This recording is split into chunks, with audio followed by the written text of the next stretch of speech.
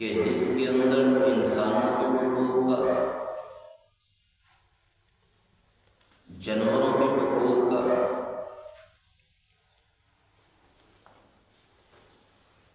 پرندوں کے حقوق کا، یعنی ہر چیز کے حقوق کا خیال رکھا جاتا ہے۔ انسانوں کے حقوق کی بات کی جائے، کہیں والدین کے حقوق آ جاتے ہیں، کہیں اولاد کے حقوق آ جاتے ہیں، کہیں عورتوں کے حقوق آ جاتے ہیں، کہیں مردوں کے حقوق آ جاتے ہیں۔ یعنی کہ اسلام نے اپنے ماننے والوں کو مکمل طور پر ایک پروٹوکول عطا کیا ہے۔ آج جو چیز ہم نے سمجھنی ہے وہ ہے کہ ہمسایوں کے حقوق کیا ہونے چاہیے۔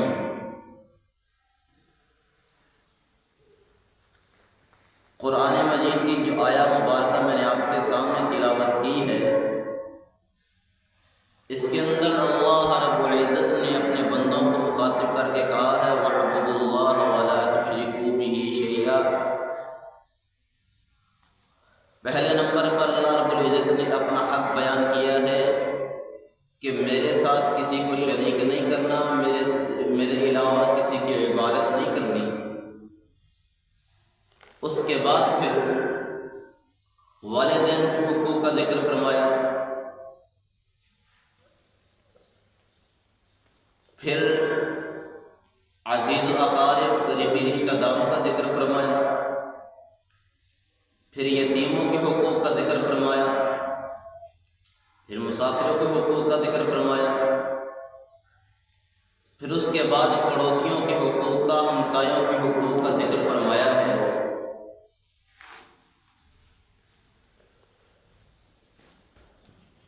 کیونکہ ہمسایوں کے حقوق کا معاملہ بہت ہی اہم ترین اور سنگین معاملہ ہے۔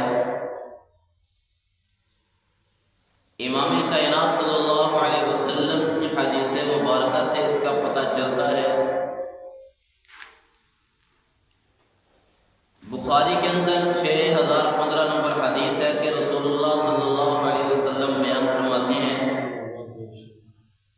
اس حدیث کو سیدنا عبداللہ بن عمر رضی اللہ تعالی عنہ بھی روایت کرتے ہیں، اور سیدہ اما عائشہ رضی اللہ تعالی عنہ، سیدہ عتیقہ مطہرہ رضی اللہ تعالی عنہ بھی بیان کرتی ہیں کہ رسول اللہ صلی اللہ علیہ وسلم فرماتے ہیں ما زال جبریل یوصینی بالجار حتی ظننت انہ سیورثہ۔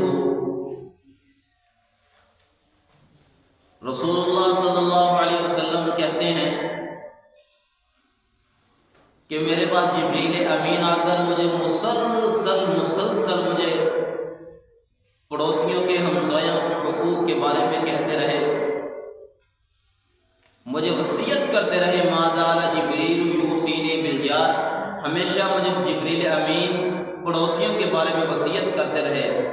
حتی ظننت انہ سیورثہ، کہتے ہیں مجھے ذہن کے اندر یہ خیال پیدا ہونے لگا، گمان پیدا ہونے لگا کہ کہیں ہمسایوں کو وارث نہ بنا دیں۔ انسان کا وارث بننے کے لیے شرط یہ ہوتی ہے کہ وہ اس کا رشتہ دار ہو، عزیز ہو۔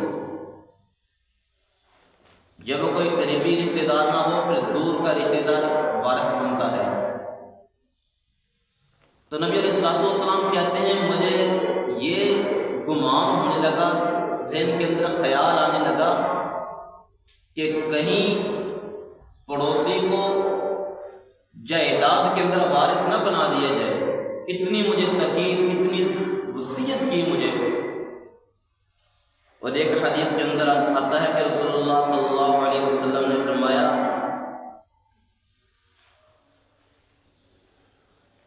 ابو ذر رضی اللہ تعالیٰ عنہ کو مخاطب کر کے، مسلم کے اندر حدیث ہے 2625 نمبر، کہتے ہیں مجھے میرے خلیل امام کائنات رسول اللہ صلی اللہ علیہ وسلم نے فرمایا کہ جب ہنڈیا بناؤ اس کے اندر پانی ڈال لیا کرو، یعنی شوربہ زیادہ بنایا کیوں؟ وجہ کیا ہے؟ زیادہ شوربہ بنانے کا مقصد کیا ہے؟ کہ تاکہ تم اپنے ہمسایوں تک کھانا پہنچا سکو، یہ نہ ہو کہ تم کھانا کھا کر سو جاؤ اور تمہارا ہمسایہ تمہارا پڑوسی جو بھوکا سمجھے۔ اسی طرح رسول اللہ صلی اللہ علیہ وسلم نے فرمایا، بخاری کے اندر 2566 نمبر حدیث ہے، بہت ہی اہم معاملہ بیان فرمایا رسول اللہ صلی اللہ علیہ وسلم نے عورتوں کو مخاطب کر کے، یا نساء المسلمات، اے مسلمان عورتوں، لا تحقرن جارۃ لجارها ولو فرسن شاة، تم میں سے کوئی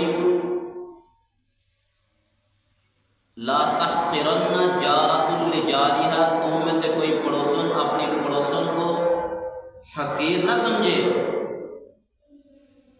کہ تم میں سے کوئی ہمسائی اپنی کسی ہمسائی کو حقیر سمجھنا شروع کر دے، ولو فرسن شاة، اگرچہ وہ بکری کا جو کھر ہوتا ہے وہی تحفے کے اندر دے دے، اس کی بھی بڑی اہمیت ہے۔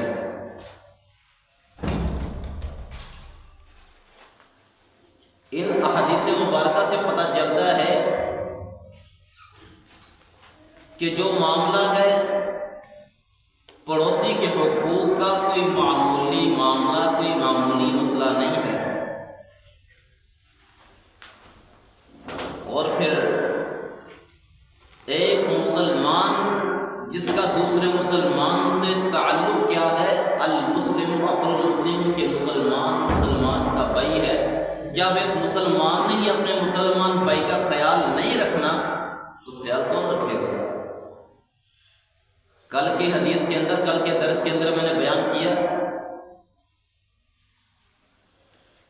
ومن فرج عن مسلم فرج اللہ عنہ بها کربۃ من کربات یوم القیامہ، کہ جب کوئی مسلمان اپنے مسلمان بھائی کی دنیا کے اندر ایک تکلیف کو، پریشانی کو، مصیبت کو دور کرتا ہے تو اللہ رب العزت دنیا کے اندر بھی اس کی تکلیف تو دور کرے گا ہی کرے گا، لیکن قیامت کے دن اس ایک تکلیف کو، مصیبت کو دور کرنے کی وجہ سے اللہ رب العزت کل قیامت کے دن بھی اس کی تکلیف کو دور کر دے گا۔ بے شک آج ہم اگر کسی کے لیے آسانی پیدا کریں گے تو کل اللہ رب العزت بھی ہمارے لیے آسانیاں پیدا کرے گا۔ اس لیے چاہیے یہ ہے کہ جہاں تک بھی ممکن ہو سکے اپنے مسلمان بھائی کے لیے آسانیاں پیدا کیجیے، نہ کہ تنگیاں اس کے لیے بنانا شروع کر دیں۔ یاد رکھیے، دنیا کا اصول ہے جیسا کرو گے ویسا کرو گے۔ آج اگر کسی کے لیے آپ تنگیاں پیدا کرنے والے بن گئے، مصیبتیں پیدا کرنے والے بن گئے، تو یاد رکھنا کل آپ کے لیے مصیبت پریشانی بن سکتی ہے۔ اگر آج آپ کسی کو اذیت کے اندر مبتلا کریں گے، کل آپ پر بھی یہ وقت آئے گا۔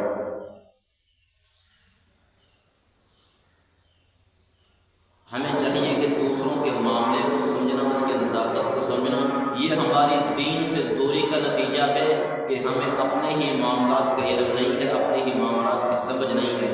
اللہ رب العزت سے دعا ہے، اللہ رب العزت ہمیں پڑوسیوں کے حقوق کو سمجھ کر صحیح معنوں کے اندر اس تعلق کی اہمیت کو سمجھ کر اس پر کاربند رہنے کی توفیق عطا فرمائے۔ وآخر دعوانا ان الحمد للہ